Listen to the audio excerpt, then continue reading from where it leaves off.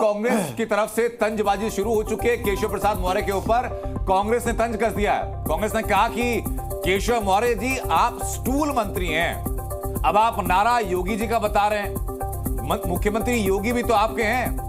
BJP से इसकी शिकायत आपको करनी चाहिए। आप लोग या तो अब डर गए हैं या फिर मामला कुछ और है। केशव मौर्य जी आप तो स्टूल मंत्री हैं, योगी आदित्यनाथ जी मुख्यमंत्री हैं, और आप कह रहे हैं कि योगी आदित्यनाथ जी का नारा आपका नहीं है। तो क्या योगी आदित्यनाथ जी आपके नहीं हैं या आपके मुख्यमंत्री नहीं है, और या फिर आप लोग डर गए हैं, इस नारे के फॉलआउट से डर गए हैं? सच बात यह है कि आप जितना बांटेंगे, जितना काटेंगे, उतना ही आपको नुकसान होगा। ये देश सबका है, और अगर ये नारा योगी आदित्यनाथ जी का आपका नहीं है तो आप अपने केंद्रीय नेतृत्व से कहकर के योगी आदित्यनाथ जी से इस्तीफा दिलवाइए। केशव मौर्य जी आप तो स्टूल। अनिल यादव हमारे साथ हैं कांग्रेस से। अनिल, क्या अब ये बयान आपको भी एक मौका देता है कि बटेंगे तो कटेंगे की जो पूरी स्ट्रेटेजिकल उसकी काट की जा रही थी, अब खुद केशव प्रसाद मौर्य ने एक मौका आपको दे दिया कि भाई बीजेपी के अंदर एक मत नहीं है इस चीज को लेकर?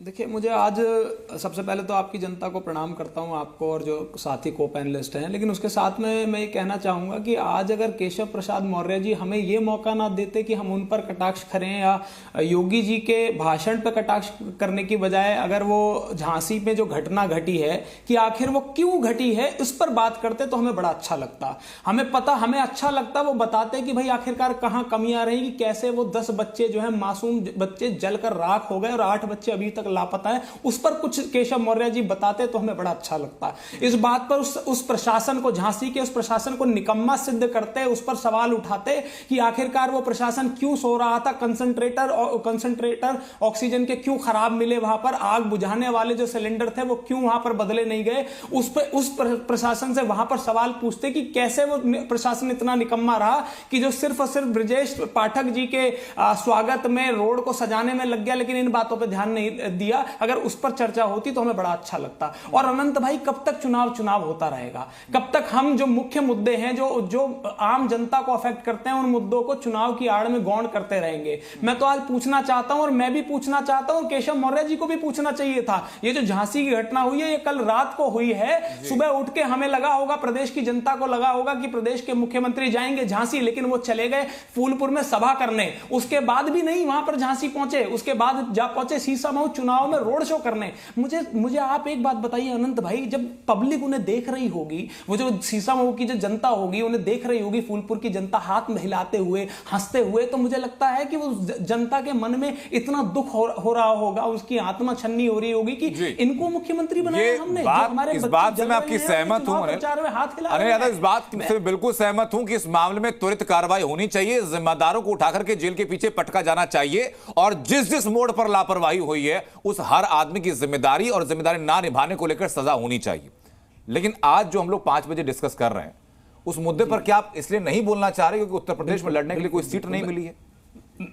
नहीं, मैं और इसके पीछे की वजह क्योंकि बटेंगे तो कटेंगे पर आपके राष्ट्रीय अध्यक्ष से लेकर के हर कोई व्यक्ति महाराष्ट्र में तो बोल रहा है जहां लड़ रहे हैं चुनाव, उत्तर प्रदेश में जो कि सीट नहीं है, तो क्या इसलिए आप किनारा कर रहे हैं कि भाई मुद्दा बोलने का फायदा है नहीं? अनंत भाई, हमारा लड़ना ना लड़ना, जीतना हारना, ये सब बहुत छोटी बातें हैं। जो घटना झांसी में हुई है, आप ये सोचिए कि भाई जिस प्रदेश का मुखिया, जिसकी जिम्मेदारी है पूरे प्रदेश की, वो महाराष्ट्र में जाके कटेंगे बटेंगे करते हैं, वो झारखंड में जाके कटेंगे बटेंगे करते हैं, और उनके खुद के प्रदेश में इस तरह के हादसे हो रहे हैं। और अगर ये पहला हादसा होता तो मैं नहीं कहता। आपको याद है हाथरस में हुआ था, तब नहीं स्वास्थ्य व्यवस्था देखी थी? लोग जब वहां पर भगदड़ मच गई थी, जब हजारों लोग जख्मी हो गए थे, तो अस्पतालों में बेड नहीं थे। तो मैं तो कह रहा हूं ना कि चुनाव का यही मुद्दा है भाई। सीसामऊ, कानपुर, गाजियाबाद, ये जो 9 सीटों पे उत्तर प्रदेश में चुनाव हो रहा है, इसमें ये मुद्दा गिना जाएगा। जनता जब वोट देगी तो उन बच्चों की जो वीडियो, क्योंकि आपके चैनल ने भी दिखाई और मैं तो तमाम चैनलों पे देख के आ रहा हूं, जब जलते हुए बच्चे निकल रहे थे, तो क्या प्रदेश की जनता के मन में नहीं आएगा कि कैसे इन लोगों को वोट दे दें जो हमारे बच्चे जल रहे हैं, तब भी सिर्फ कटेंगे बटेंगे पे बात कर रहे हैं? मैं बहुत कुछ कहना चाहता हूं, लेकिन मैं क्यों कहूं केशव मौर्य जी की बात पर जब मैं मुख्य मुद्दों पर बात नहीं कर पाऊंगा? करूंगा। रिजल्ट कुछ हो, कोई हारे कोई जीते, लेकिन ऐसा होता है ना अनिल जी, देखिए मामला संवेदनशील है झांसी की और बहुत ही दुर्भाग्यपूर्ण घटना है जी। रात में जब ये खबर आई थी हम लोगों ने तभी से लगातार सवाल पूछना शुरू भी किया कि जिम्मेदारी किसकी तय की जानी चाहिए। उन परिवारों के दर्द का जवाब कौन देगा जिन्होंने अपने नवजात बच्चों को खो दिया, क्योंकि मुझे नहीं लगता कि किसी भी अफसर, किसी भी नेता के अंदर इतना दम होगा कि उन परिवारों की आंख में देख करके जवाब दे दे कि उन 10 नवजात बच्चों की मौत का जिम्मेदार कौन है, या उनका बच्चा अगर चला गया तो किस तरीके से सांत्वना भी दे पाएंगे। ये बात हम लगातार उठा रहे हैं, लेकिन चूंकि उत्तर प्रदेश में चुनाव भी है और ये भी वही मुद्दा है जिसको लेकर के अलग अलग मंच, पॉलिटिकल पार्टियां ही सजा रही हैं। आपके राष्ट्रीय अध्यक्ष से लेकर के आपके तमाम नेता इसी नारे पर, और अभी सुरेंद्र राजपूत का आपने सुना, आपके लखनऊ के रहने वाले हैं, इधर केशव प्रसाद मौर्य का बयान आया तो इधर उन्होंने अपनी वीडियो रिलीज कर दी। इसलिए मैं इस मुद्दे को लेकर के आ रहा हूं बीच में। लेकिन इसी बीच में आरएलडी के पास भी मैं जाना चाहूंगा, जरा रोहित अग्रवाल बताइए। आप अपनी जगह बिल्कुल ठीक हैं जी। मैं आ रहा हूं अनिल जी आपके पास। रोहित अग्रवाल मुझे जरा बताइए इस मामले में कि कटेंगे जो बटेंगे को लेकर के, जैसा कि संगीत रागी जी ने शुरुआत में कहा कि भाई कुछ नाम तो ऐसे हैं जो कि रिलेवेंस में ही नहीं है, वो क्या बोले, क्यों बोले, ना बोले, उसका कोई मतलब ही नहीं है। लेकिन क्या उत्तर प्रदेश के अंदर केशव प्रसाद मौर्य भी उतने ही इररिलेवेंट हैं?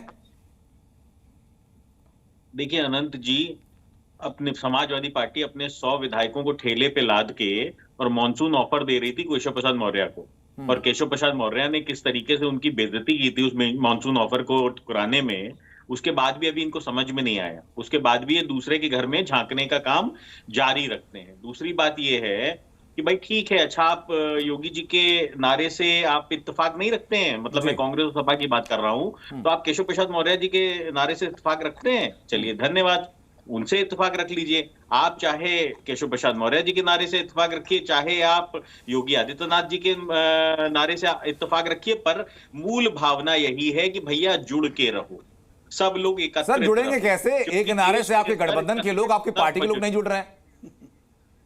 देखिए ऐसा है अनंत जी, अगर ये बयानबाजी ना होती तो फिर आप डिबेट क्यों करते हैं? हाँ। और जब आप डिबेट कर रहे हैं तो बेहतर स्थिति है ना कि आप डिबेट करिए और जनता तक ये मैसेज पहुंचाइए। मैं कह रहा हूं ये ऐसा तो नहीं होगा ना कि केशव प्रसाद मौर्य के मन में ये ख्याल आया होगा कि भाई शाम 5 बजे डिस्कशन क्या होना चाहिए, चलिए मैं काम करता हूं, ये बाइट दे देता हूं, ऐसा तो नहीं होगा ना? नहीं अनंत जी, अगर हम आपको पिच दे रहे हैं और पिच पे आप कह रहे हो कि हम बैटिंग करने को तैयार हैं, तो हमें क्या बुराई है? तो आइए ना सर पिच पर। अब मुझे बताइए कि आरएलडी साथ है कि खिलाफ है? तो आपको देखिए स्थिति बिल्कुल साफ है। आरएलडी साथ के खिलाफ, पहले यहां तय कर लेते हैं सर। देखिए राष्ट्रीय लोकदल का नैरेटिव बिल्कुल क्लियर। देखिए हम हमेशा से कहते हैं united we stand, divided we fall, और यही हम अपने बच्चों को सिखाते हुए आए हैं, यही आप अपने बच्चों को सिखाते हुए आए हैं। परंतु जब हम अंग्रेजी में बोलते हैं तो यही नारा समाजवादी पार्टी और कांग्रेस को अच्छा लगता है, परंतु जब हिंदी में बोलते हैं कि एक रहेंगे तो नेक रहेंगे, बटोगे तो कटोगे, तो ऐसी स्थिति में समाजवादी पार्टी और कांग्रेस बिलबिलाने लगती है, क्योंकि उनके डीएनए में कहीं ना कहीं वो विदेशी अंग्रेजी घुसी हुई है। जब तक वो रोहित अग्रवाल जी, मैं फिर आपसे घुमाकर वही सवाल पूछ रहा हूं, आपने शब्द का इस्तेमाल किया बिलबिलाने लगते हैं, ये आपके महायुति के जो सहयोगी हैं वो भी नारे पर बिलबिला रहे हैं, वो भी कह रहे हैं कि हम सहमत नहीं हैं। आपके महाराष्ट्र में जो बीजेपी के जो लोग हैं वो भी बिलबिला रहे हैं आपके हिसाब से, वो भी नारे के साथ नहीं है। उत्तर प्रदेश के अंदर एक बड़ा ओबीसी चेहरा जो आपके डिप्टी सीएम भी हैं वो भी क्या बिलबिला रहे हैं, क्योंकि वो भी नारे के साथ नहीं है। अनंत जी भाई वो तो साफ कह रहे हैं ना कि नारा बीजेपी का नहीं है, ये नारा हमारा नहीं है, ये नारा सीएम योगी का है। हाँ, मैं आपकी डिबेट को और बेहतर जो है प्लेटफॉर्म दे देता हूं। बाला साहब ठाकरे हिंदू हृदय सम्राट थे और बाला साहब ठाकरे की विचारधारा पूरी तरीके से हिंदू हृदय सम्राट वाली थी। यही बात अनिल यादव जी से कहलवा दीजिए, जो महायुति के क्या नाम है, रोहित जी इसको ना बेटर प्लेटफॉर्म देना नहीं, इसको गोल पोस्ट चेंज करना कहते हैं। नहीं गोल पोस्ट आपके अकॉर्डिंग कंफर्टेबल चीजें नहीं हो रही बोलने में, आपके अकॉर्डिंग चीजें बोलने में कंफर्टेबल नहीं हो रही तो नहीं हो रही है। आप किसी और के गोल पोस्ट में क्यों जा रहे हैं? अनिल यादव से क्या पूछना है वो मैं तय कर लूंगा सर। कंफर्टेबल हूं मैं, तो कह रहा हूं बाला साहब ठाकरे तो बता दीजिए सर कि कुछ वक्त पहले जो अफवाहें चलती थी कि भाई सीएम डिप्टी सीएम में आपस में बन नहीं रही है, दिल्ली तक दौड़ चल रही है, ये उसी का प्रतिफल है क्या कि चुनाव प्रचार खत्म होने से ठीक 48 घंटे पहले बयान दे रहे हैं कि भाई हम इस नारे के साथ नहीं है? नहीं अनंत जी, देश की जनता कांग्रेस के मुंह से ये सुनना चाहती है कि बाला साहब ठाकरे का कांग्रेस सम्मान करती है और वो